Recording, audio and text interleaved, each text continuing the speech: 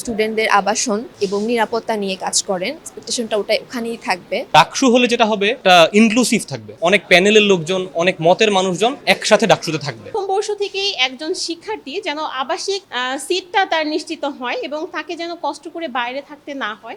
কারণ আমরা দেখেছি যে একটা সিটের জন্য একটা আমি ছাত্রী হলের কথা বলবো, আমি স্পেশালি রোকেয়া হলের কথা বলবো, এই সিটের জন্য একটা মেয়ের যে কতটা ভোগান্তি হয়, কতটা ভোগান্তি পোহাতে হয়, সেই বিষয়টা যাতে কারো না থাকে। মানে একজন শিক্ষার্থী যেমন প্রথম বর্ষ থেকে সে যদি সিটটা পায়, তার পড়ালেখা, শারীরিক, মানসিক সব দিকটা যাতে সে মেনটেন করতে পারে। আমার এখন পর্যন্ত সেরকম কিছু ইস্যু মনে হয়নি যে নিরাপত্তার যে ব্যাপারটা, আমি মনে করি যে সবকিছু ঠিকঠাক থাকলে ইনশাল্লাহ পারবো, সম্ভব হবে।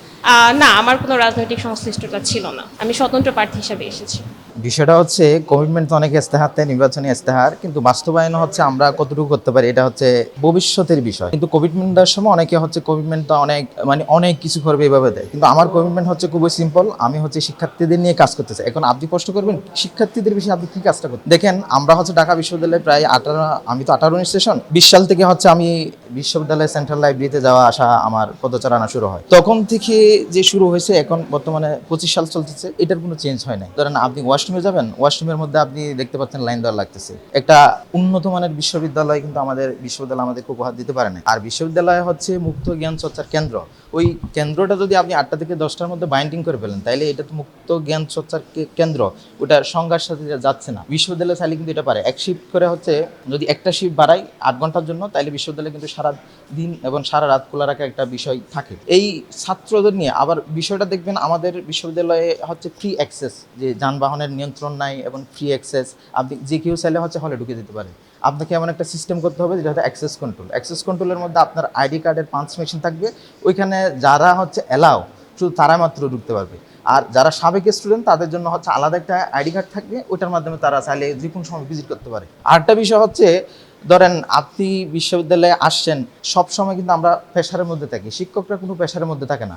আমার ইস্তেহারের মধ্যে আছে হচ্ছে শিক্ষকদেরকে একটা প্রেশারের মধ্যে রাখতে হবে। আপনি সেমিস্টার ওয়াইজ হচ্ছে 6 সেমিস্টারের মধ্যে, সেমিস্টার ওয়াইজ হচ্ছে আপনি থাকেন, সেমিস্টারের মধ্যে হচ্ছে একটা হচ্ছে মান উন্নয়ন থাকতে হবে। এই শিক্ষককে আপনি কত রেটিং দিবেন, এই শিক্ষক যদি আপনার রেটিংয়ের মধ্যে যদি 60% অ্যাবভ পাস করতে না পারে, তাহলে তাকে একটা হচ্ছে ওয়ার্নিং দেওয়া হবে। এরকম ধাপে ধাপে যদি 3 বার সে যদি ফেল করে, তাহলে তাকে চাকরি থেকে বরখাস্ত করা হবে। শুধু আমরা হচ্ছে স্টুডেন্টদের অধিকার, স্টুডেন্টদের চাপিয়ে দেওয়ার মধ্যে থাকি, কিন্তু শিক্ষকরা যে দিন দিন তারা একটা সরকারি চাকরি, বিশ্ববিদ্যালয়ে চাকরি পাওয়ার পরে তারা যে গা ছাড়া ভাব দিয়ে হচ্ছে থাকে, তাদেরকে ওই ভাব থেকে সরে আসতে হবে।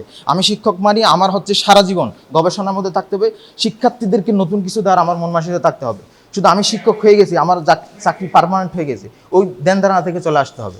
তো ওই সিস্টেমটা হচ্ছে করা যায়, অনেক সিস্টেমে করা যায়। কারণ আমাদের ইনস্টিটিউশনাল আইডি কার্ড আছে, ওর মাধ্যমে হচ্ছে বুট দিবে, ওটা গোপন থাকবে। কারণ তার রেটিং হবে, রেটিংয়ের মধ্যে সে যদি বারবার 3 সেশন যদি ফিল করে, তাহলে তাকে শিক্ষক থেকে বরখাস্ত করা হবে।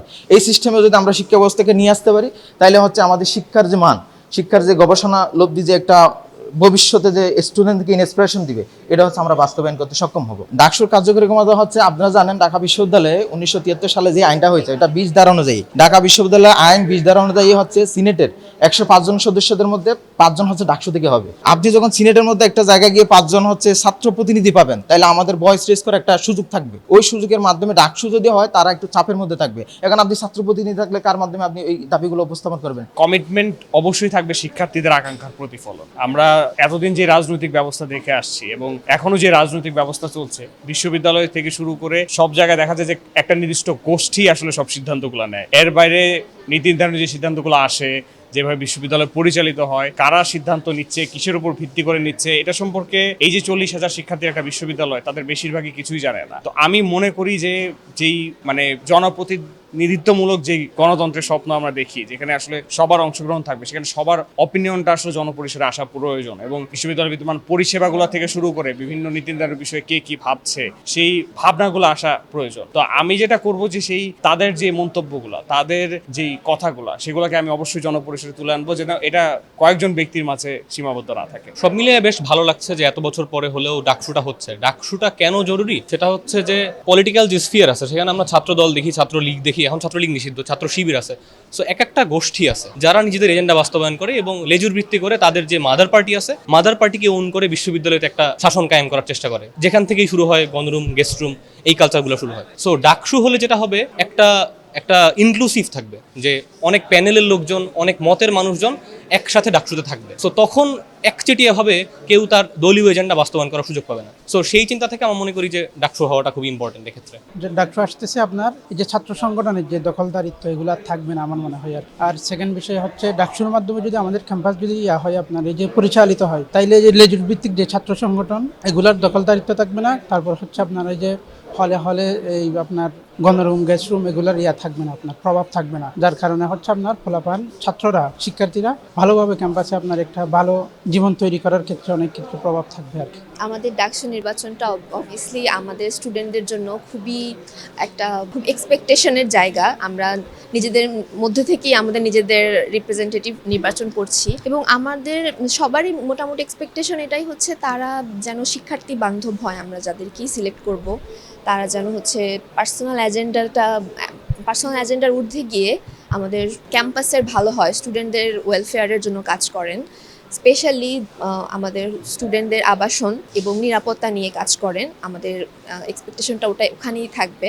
আর হচ্ছে ক্যাম্পাসের মান উন্নয়নের জন্য যদি তারা কাজ করেন, যেমন হচ্ছে আমাদের খাবারের একটা প্রবলেম আছে, আমাদের ক্যান্টিন বা সবখানে আমাদের পুষ্টিকর খাবার, বা হচ্ছে আমাদের ক্যাম্পাসের ভেতরে যানবাহনের যে একটা প্রবলেম যেটা আমরা প্রায় ফেস করে থাকি, একটা অনিরাপদ একটা সিচুয়েশন। আমি আশা করব যে আমরা যাদেরকেই ভোট দিই, যেই আসুক না কেন আমাদের রিপ্রেজেন্টেটিভ হিসেবে, তারা যেন এই ধরনের মৌলিক বিষয়গুলোতে ফোকাস করেন এবং এটাই আমাদের আশা থাকবে। 2005 সালে একবার ডাকসু হওয়ার কথা ছিল, যদিও এটা ইস্যুর কারণে এটা আবার হয়নি তফসিল ঘোষণা হওয়ার পরও। এবার 19-এর নির্বাচন আপনারা তো দেখেছেন এটা কেমন নির্বাচন ছিল। এরপরে আবার বছরের চাকা ঘুরে আবার প্রায় 6 বছর পর আবার ডাকসু হতে যাচ্ছে। দীর্ঘ আন্দোলন সংগ্রামের পর, যদিও এটা আরও আগেই হওয়ার কথা ছিল, স্টুডেন্টদের সবার দাবি দেওয়া। আসলে ডাকসু নিয়ে সাধারণ ছাত্ররা বা স্টুডেন্টরা হচ্ছে যে ক্ষুধার্ত এক প্রকার বলতে গেলে। তো সেই জায়গা থেকে বিশ্ববিদ্যালয়ে একটু দেরিতে হলেও ডাকসু আয়োজন করতে যাচ্ছে, প্রথমত এটার জন্য সাধুবাদ জানাই এবং ধন্যবাদ জানাচ্ছি। ডাকসুর এখনো যে কয়দিন সময় আছে, এখনো অনেক সময়, এর ভেতরে বিভিন্ন দিক থেকে গুঞ্জন শোনা যাচ্ছে, কিংবা কোনো একটা পক্ষের আমরা একটু নিশ্চলতা অথবা নিশ্চুপতা আমরা দেখতে পাচ্ছি। তাদের সাধারণ শিক্ষার্থীদের মধ্যে প্রচুর পরিমাণ উচ্ছ্বাস এবং আকাঙ্ক্ষা দেখা গেল আমরা হচ্ছে যে অনেকে দেখতে পাচ্ছি না। এই জায়গাটা থেকে একজন প্রার্থী হিসেবে আমার একটা প্রশ্ন থেকে যায় আর কি, যে নির্দিষ্ট একটা কোনো পক্ষ বা এমন কেউ আছে কিনা যারা হচ্ছে যে ডাকসু বানচালের কোনো ষড়যন্ত্র করছে কিনা। বিশ্ববিদ্যালয় প্রশাসনকে আমরা আশাবাদী এই জন্য যে বিশ্ববিদ্যালয় প্রশাসনের প্রতি আমরা আশা রাখবো যে ডাকসু এখন যে পর্যায়ে এসছে এবং এতদূর পর্যন্ত এত সময় এবং শ্রম ব্যয় করে এত কিছুর পর আমরা আশা রাখবো যে ডাকসু হচ্ছে যে কোনোভাবেই যেন ব্যাকফুটে না যায়। গত 12 তারিখ থেকে মনোনয়ন ফর্ম বিতরণ করা শুরু করেছি ডাকসুর হচ্ছে চিফ রিটার্নিং অফিসারের পক্ষ থেকে। আর হল সংসদে যারা নির্বাচন করবে, মনোনয়ন পত্র নিবে, তারা হচ্ছে 18টা হল থেকে নেবে। আমরা গত 2 দিন প্লাস আজকে এখন পর্যন্ত মোট 21টা মনোনয়নপত্র দিতে পেরেছি ছাত্রছাত্রীদের হাতে। এর ভিতরে বিপি পদের জন্য নিয়েছে 5 জন, সদস্য পদের জন্য নিয়েছে 8 জন, সম্পাদক পদের জন্য নিয়েছে 8 জন, সদস্য পদে 7 জন। এখন পর্যন্ত জমা দিয়েছে 5 জন। মনোনয়ন বিতরণের কাজ চলছে। এটাই হচ্ছে মোটামুটি আপডেট। আর হলের ক্ষেত্রে আমরা গতকাল সন্ধ্যা পর্যন্ত 18টা হল থেকে যে রিপোর্ট পেয়েছি, সেখানে সর্বমোট 18 জন মনোনয়নপত্র তুলেছে। এখন পর্যন্ত আর কোনো নতুন আপডেট আমরা পাইনি। হয়তো আমরা 4:30টায় আমরা টোটাল হল সংসদ প্লাস ডাকসু একসাথে ব্রিফিং করব, তখন হয়তো আমরা বিস্তারিত বলতে পারবো এই গত 3 দিনের রেজাল্টটা। ঠিক আছে।